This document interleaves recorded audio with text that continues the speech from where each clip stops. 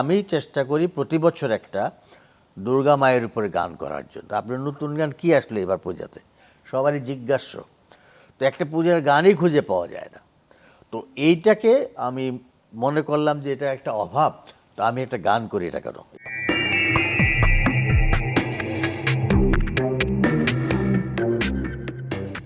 দর্শক শুভেচ্ছা নেবেন।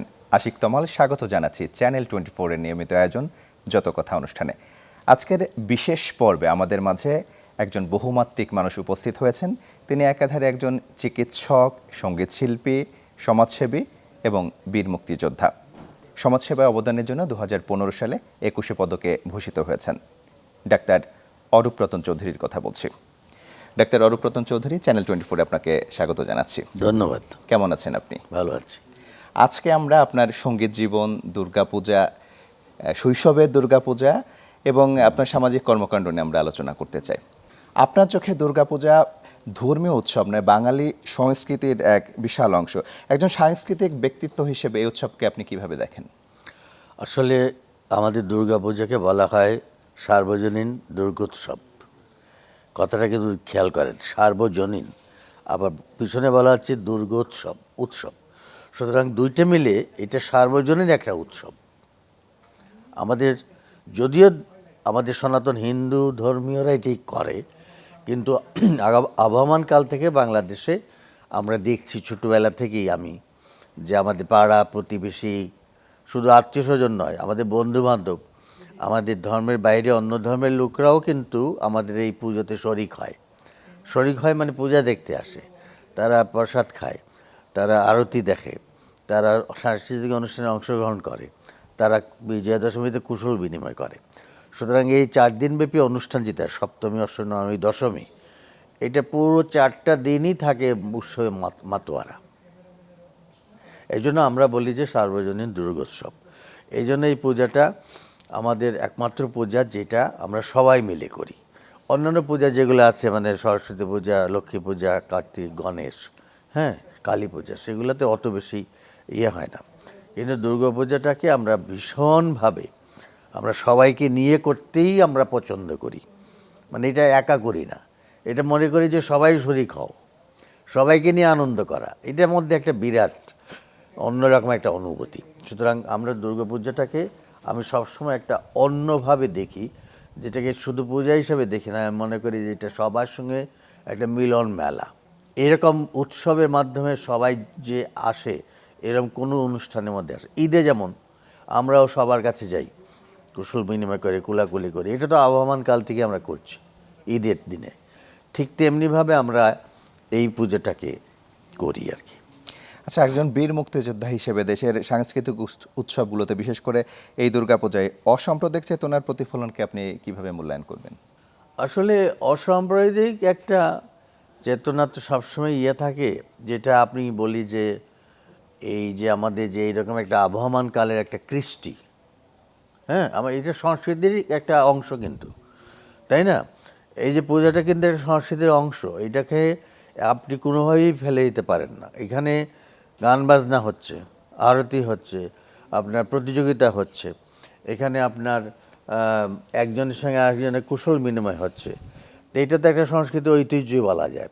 কিন্তু সেটাকে আবার কিছু কিছু গোষ্ঠী যেটাকে আপনার অন্যভাবে নিতে চায়, মানে এটাকে সাম্প্রদায়িকতার একটা চিহ্ন দিতে চায়, যেটাকে সবসময় এই যে দুর্গা মা, এইটাই বলি যে সবসময় প্রতিবার আসেন কেন, তিনি কিন্তু দুর্গতি নাশিনী, অসুরকে বধ করেন। দুর্গার মূর্তির সঙ্গে দেখবেন নিচে একটা অসুর থাকে এবং মা ত্রিশূল দিয়ে তাকে বধ করছেন। তো এইটা প্রতীক, কিন্তু প্রতীকটা কেন হচ্ছে যে অসুরের আগমন যুগে যুগে, কালে কালে সব দেশে, সবখানে, সব স্থানে, সব মানুষের মধ্যে এসে যায়, এবং সেই অশুভ শক্তিকে বোধ করার জন্য, রোধ করার জন্য দুর্গার আগমন ঘটে। এই জন্য বলা হয় যে দুর্গতি নাশিনী, তিনি আমাদের দুর্গতি নাশ করতে আসেন। সুতরাং আমাদেরকে সুন্দর একটা শান্তিপ্রিয় বাংলাদেশ, আমাদের সকল মানুষের মধ্যে হিংসা, হানাহানি, বিদ্বেষ, সমস্ত কিছু আমরা যেন ভুলে যাই। আমাদের মধ্যে যেন একটা সম্প্রীতির মিলন বন্ধন হয় এবং সেটাকেই প্রতিষ্ঠিত করার জন্য দেবী দুর্গার আগমন হয়। হ্যাঁ, যা দেবী সর্বভূতেষু শান্তিরূপেণ সংস্থিতা, যা দেবী সর্বভূতেষু শক্তিরূপেণ সংস্থিতা, যা দেবী সর্বভূতেষু বিদ্যারূপেণ সংস্থিতা, যা দেবী সর্বভূতেষু মাতৃরূপেণ সংস্থিতা। তাহলে দেখেন, শক্তি, শান্তি, বিদ্যা, মাতৃ। তো মা দুর্গা এই চারটাকে নিয়েই কিন্তু ধরণীতে আগমন করেন। সুতরাং এখানে আমরা তো কোনো খারাপ কিছু দেখি না। তিনি আমাদের শক্তি দিচ্ছেন, সাহস দিচ্ছেন, তিনি আমাদের মধ্যে শান্তি দিচ্ছেন, তিনি আমাদের বিদ্যা বুদ্ধি দিচ্ছেন, তিনি আমার মাতৃত্বকে শ্রদ্ধা করার জন্য, যেমন কুমারী পূজাটা হয় দুর্গা, প্রতিটা দুর্গা পূজার অষ্টমীর দিনে আমাদের ইয়েতে হয়, রামকৃষ্ণ মিশনে হয় কুমারী পূজা। কুমারী পূজাটা কেন করা হয়? কুমারী পূজাটার অর্থটাই হলো যে আমাদের মাতৃকুল যেটা, অর্থাৎ আমাদের নারী সমাজকে মর্যাদা দেওয়া। হ্যাঁ, এই যে মাকে শ্রদ্ধা করা, মাকে ভক্তি করা, এটারই একটা মানে উদাহরণ হচ্ছে কুমারী পূজা। কুমারীকে এখানে আনা হয় দেবীর সামনে, তাকে পূজা দেওয়া হয়, মানে কি মাতৃদেবীকে পূজা দেওয়া হয়। অর্থাৎ আমরা যেন মায়েদের প্রতি, বোনেদের প্রতি, মহিলাদের প্রতি, নারীদের প্রতি আমরা শ্রদ্ধাশীল থাকি, কারণ তারা আমাদের মা, তাদেরকে সম্মান করা আমাদের কর্তব্য এবং দায়িত্ব। তো এইগুলো বিষয় তো দুর্গাপূজাতে আসে, আমি তো খারাপ কিছু দেখি না। এবারে আমরা একটু আপনার শৈশব বা তারুণ্যের সময়ের পূজার গল্প শুনতে চাই।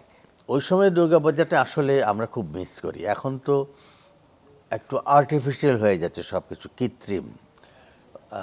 যেমন ধরেন ওই সময় পাড়ায় পাড়ায় দুর্গাপূজা হতো এবং আমরা প্রায় 1 মাস আগে থেকে পোশাক কেনার জন্য আমাদের কিভাবে জামা কাপড় পরে এক এক দিন এক এক সময় পূজা মণ্ডপে যাব, সেই জন্য আমরা অস্থির থাকতাম।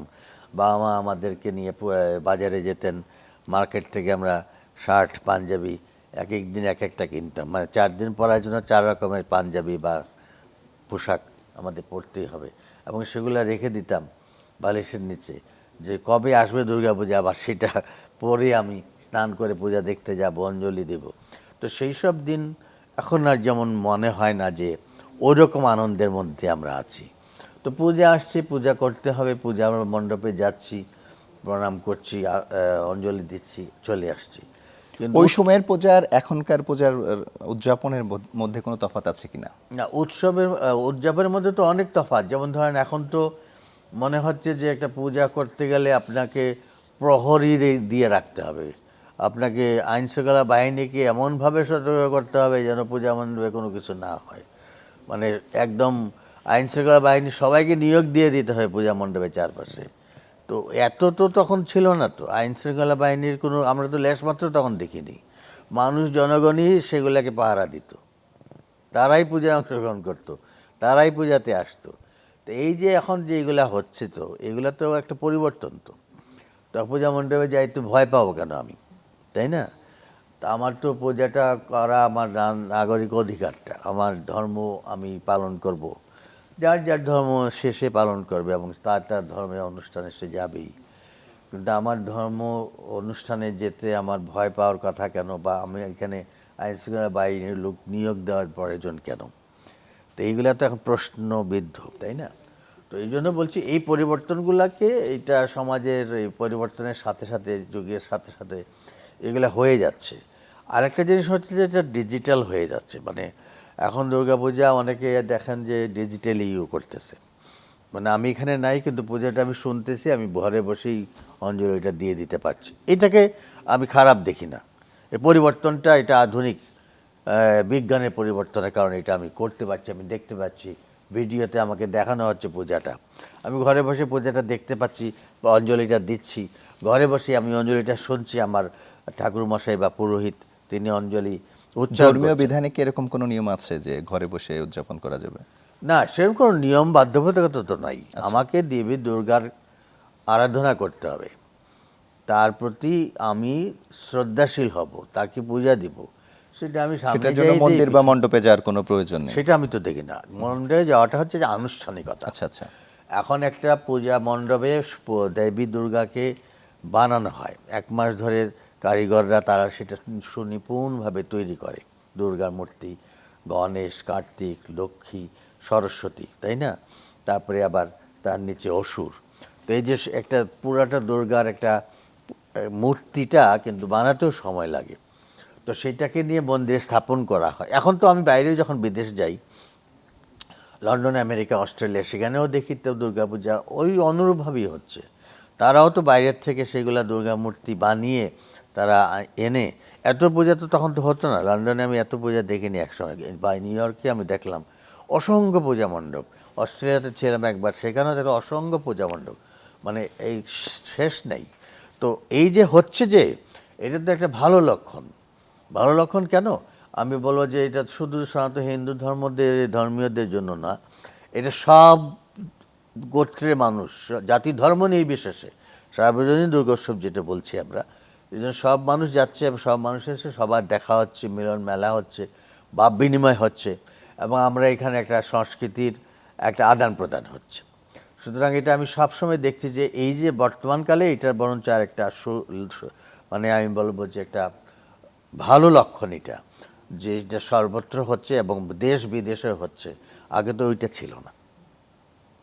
অন্যান্য বা দুর্গাপূজার আগে আপনার একটি মিউজিক ভিডিও বা গানের অ্যালবাম বের হয়, এবারও তেমনই একটি গানের অ্যালবাম বের হয়েছে, সেটির নামকরণ দিয়েছেন দেবী দুর্গা বন্দনা। হ্যাঁ। আসলে এই বিশেষ নামকরণ এবং দেবী দুর্গাকে নিয়ে কাজটি করার পেছনে আপনার মূল অনুপ্রেরণা কি ছিল?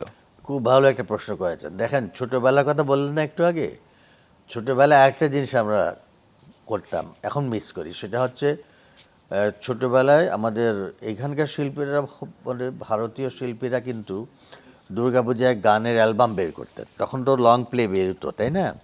এবং পুজোতেই কিন্তু গানটা বেরোতো, দুর্গাপুজোতে। আর কোনো উৎসবে কিন্তু গান বেরোতো না।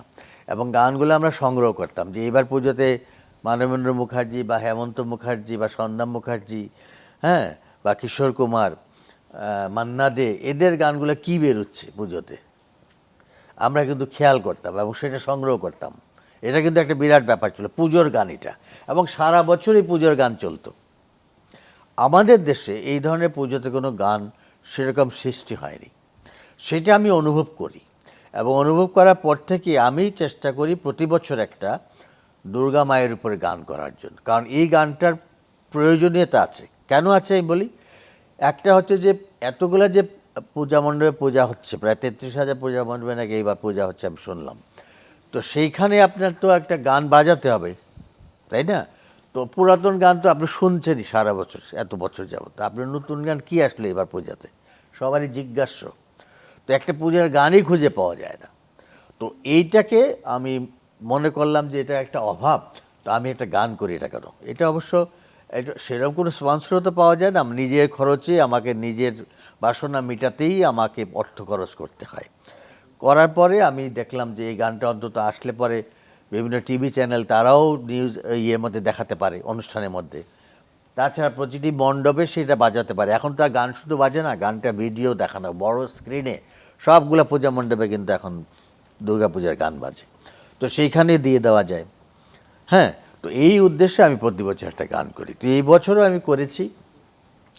এই গানটি লিখেছেন জীবন চৌধুরী, তিনি একজন সাংবাদিক, বর্তমানে আমেরিকায় থাকেন। আর এটা শুরু করেছে আমাদের তরুণ একজন সঙ্গীত পরিচালক বিনোদ রায়। আমি কণ্ঠ দিয়েছি এবং আমার সঙ্গে আরও কয়েকজন ছেলেমেয়ে কোরাস গানে কণ্ঠ দিয়েছে। এই গানটির ভিডিওটি অলরেডি আমরা রেকর্ড শুটিং হয়ে গেছে। ঢাকেশ্বরী মন্দির এবং কয়েকটা মন্দিরকে নিয়ে আমরা কাজটা করেছি। তারপরে এটাকে এডিটিং করে আমরা এখন ফাইনাল দিয়ে দিয়েছি। তো এখন আশা করি বিভিন্ন জায়গায় দেখানো হবে, মণ্ডপে দেখানো হবে, চ্যানেলে দেখানো হবে।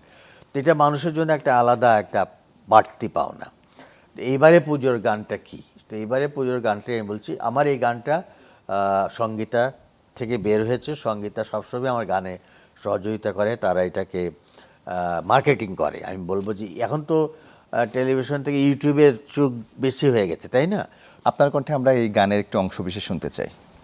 আচ্ছা, এবারে গানটি যেটা মানে জীবন চৌধুরীর লেখা, বিনোদ রায়ের সুর, সেটা হচ্ছে যে কে বা দুর্গা, কে বা শ্যামা, কে বা শ্যাম, কে বা রাম, সবই তো একই রূপ, মা দুর্গার মা মহামায়া। সবই তো একই রূপ, মা দুর্গার মা মহামায়া। বলো দুর্গা মাই কি জয়, বলো দুর্গা মাই কি জয়, বলো দুর্গা মাই কি জয়, বলো দুর্গা মাই কি জয়। এটা হচ্ছে এবারে মুখটা অসাধারণ। গানের। আমরা এবার এখন একটু মুক্তিযুদ্ধ এবং স্বাধীন বাংলা বেতার কেন্দ্র নিয়ে আলোচনা করতে চাই। স্বাধীন বাংলা বেতার কেন্দ্রে আসলে কিভাবে যুক্ত হলেন, সেখানকার একটু অভিজ্ঞতা আমাদের সাথে শেয়ার করবেন। স্বাধীন বাংলা বেতারে অংশগ্রহণের প্রেরণাটা ছিল যে আমি মুক্তিযুদ্ধ যখন শুরু হয়ে গেল এবং আমরা শুনতে পাচ্ছি যে স্বাধীন বাংলা বেতার কেন্দ্র প্রতিষ্ঠিত হয়েছে এবং সেখান থেকে আমাদেরই শিল্পীরা গান গাচ্ছে, নিউজ সংবাদ প্রচার হচ্ছে। যেহেতু তখন থেকে আমি সাংস্কৃতিক কর্মকাণ্ডের সঙ্গে জড়িত ছিলাম, তাই আমিও চাইলাম যে মুক্তিযুদ্ধে অংশগ্রহণ করব। তখন আমি ঢাকা ডেন্টাল কলেজে প্রথম বর্ষের ছাত্র, 18 বছর বয়স, 1971।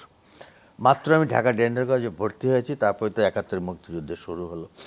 তো আমি সেই অবস্থায় 71-এ আমি আমাদের বাসা ছিল আজিমপুর, সেখান থেকে রওনা হয়ে আমি দাউদকান্দি, কুমিল্লা হয়ে আরিখোলা গ্রাম হয়ে আমি আগরতলা হয়ে কলকাতায় ঢুকে গেলাম এবং স্বাধীন বাংলা বেতার কেন্দ্রে পৌঁছে গেলাম। তো সেখানে গিয়ে আমি আমাদের অন্যান্য শিল্পীদের সঙ্গে দেখা হলো এবং স্বাধীন বাংলার যে গানগুলো আপনারা এখন শুনেন, যে পূর্ব দিগন্তে, পূর্ব দিগন্তে সূর্যই উঠেছে, রক্ত লাল, রক্ত লাল, রক্ত লাল, জোয়ার এসেছে গণসমুদ্রে, রক্ত লাল, রক্ত লাল, রক্ত লাল, বাঁধন ছেড়ার হয়েছে কাল, হয়েছে কাল, হয়েছে কাল, হয়েছে কাল, জোয়ার এসেছে গণসমুদ্রে, রক্ত লাল, রক্ত লাল, রক্ত লাল। এই গানটা সুর করলেন আমাদের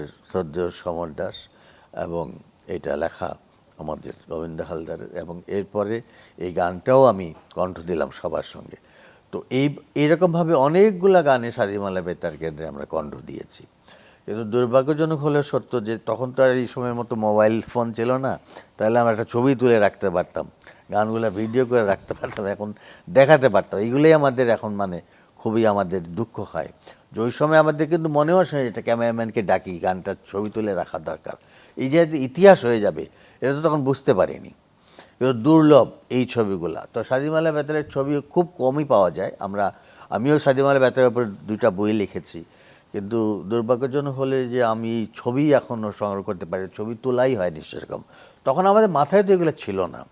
আমরা আসছিলাম যুদ্ধ করতে এবং ওই সময়ে কেউ একবেলা খেয়েছে, কেউ খায়নি, কেউ ঘুমিয়েছে, কেউ ঘুমায়নি। এই যে ধরেন একটা গান তখন লেখা শুরু হতো সকালবেলা, গীতিকার আসতেন, লিখতে বসতেন, সুরকার আসতেন, সুর করতে বসতেন।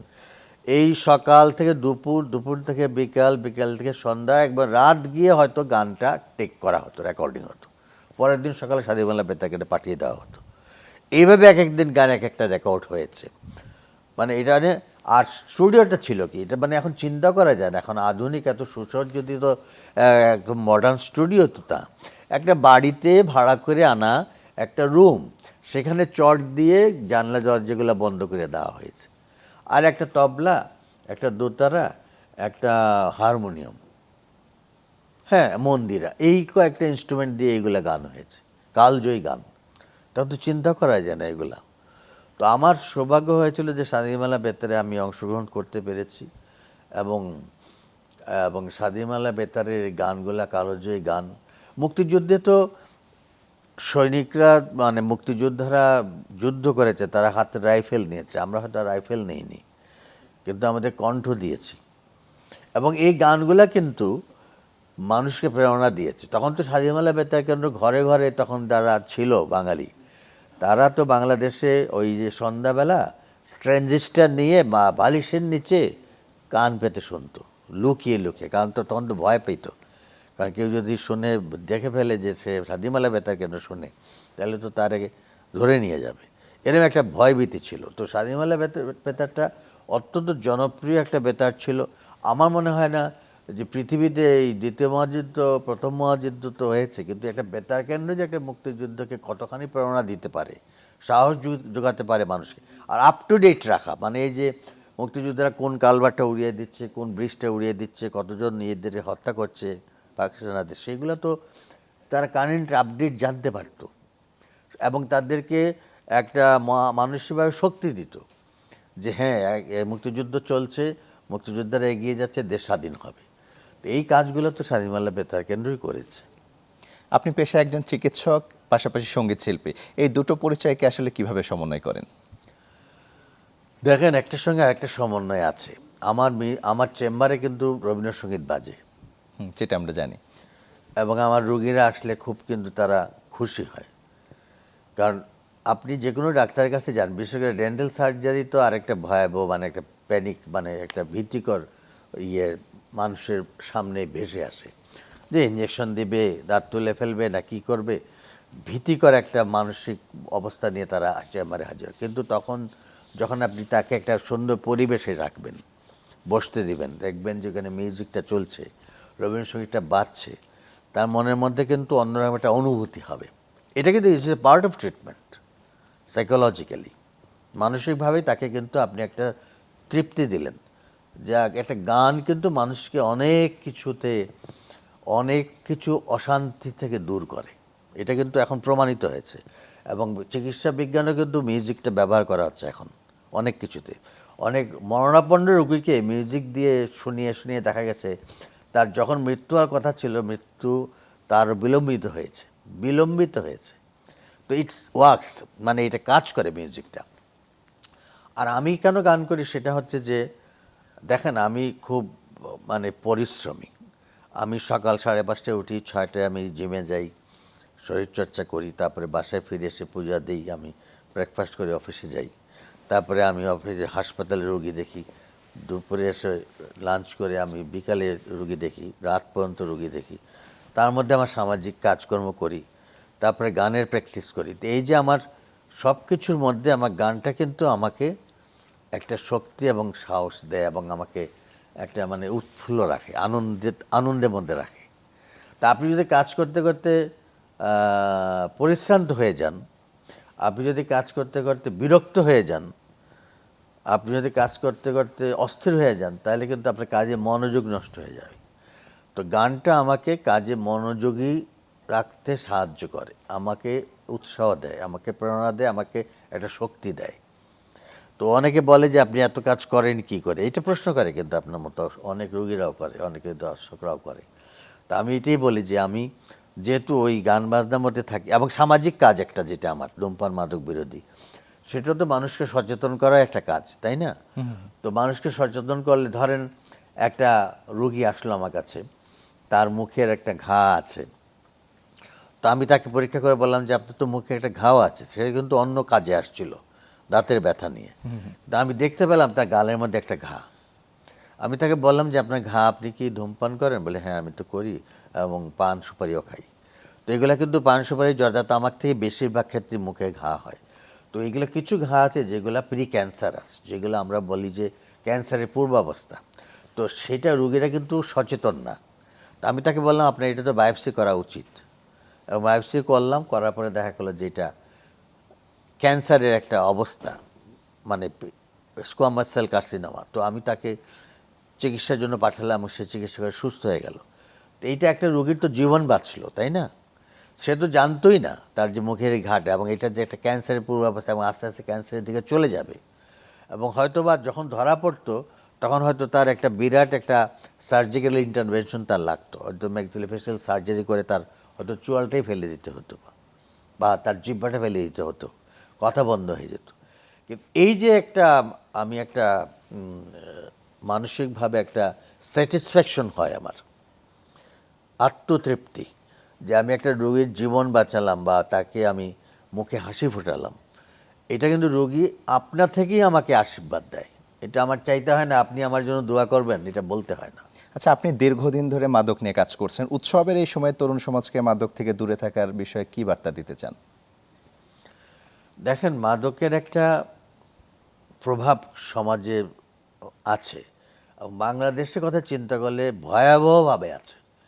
আমরা একসময় আমাদের সংগঠন মানুষ থেকে আমরা গবেষণা করে দেখেছিলাম প্রায় ৭৫ লক্ষ মাদকাসক্ত, কিন্তু গত 5 বছরে বেড়ে গেছে প্রায় 1 কোটির মতো। এখন 1.5 কোটি মাদকাসক্ত বাংলাদেশে, এবং 5 কোটি আপনার অনিয়মিত তারা মাদক গ্রহণ করে। হয়তো একটা উৎসব অনুষ্ঠানে তারা মাদক নেয়, একটা পার্টি হলো বা হলো, একটু ড্রিঙ্কস করলো, বা একটা ড্যান্স তাদের কোনো উৎসবে তারা একটু টিয়ে করলো, গাঁজা টাজা খেলো, এই ধরনের কিছু আছে বিষয়। কিন্তু বাকি 1.5 কোটি কিন্তু পুরাপুরি কিন্তু মাদকাসক্ত। তো এদেরকে মাদকাসক্ত জীবন থেকে ফেরানোর জন্য এদের চিকিৎসা প্রয়োজন, এইটা একটা ব্যাপার। আর একটা হচ্ছে প্রিভেনশনই কাজটা আমরা বেশি করি, এবং আমরা এই জন্য মাদক বিরোধী যত ধরনের কাজ আছে, যেমন ধরেন স্কুল কলেজ শিক্ষা প্রতিষ্ঠানে আমরা কিন্তু প্রচারণা চালাচ্ছি, তাদেরকে সচেতন করছি, ভিডিও ফুটেজ আমরা নির্মাণ করে আমরা বিভিন্ন প্রচার মাধ্যমে দিচ্ছি। আচ্ছা, আমরা অনুষ্ঠানের একেবারে শেষ পর্যায়ে চলে এসেছি। আমি একেবারে শেষ প্রশ্নটা করতে চাই যে জীবনকে যদি একটি গান দিয়ে প্রকাশ করা হতো, সেটি কোন গান হতো? সেই গানটা হতো এরকম: আগুনের পরশমণি ছোঁয়াও প্রাণে, এ জীবন পূর্ণ করো, এ জীবন পূর্ণ করো, এ জীবন পূর্ণ করো, এ জীবন পূর্ণ করো দান দানে, এই আগুনের পরশমণি ছোঁয়াও প্রাণে।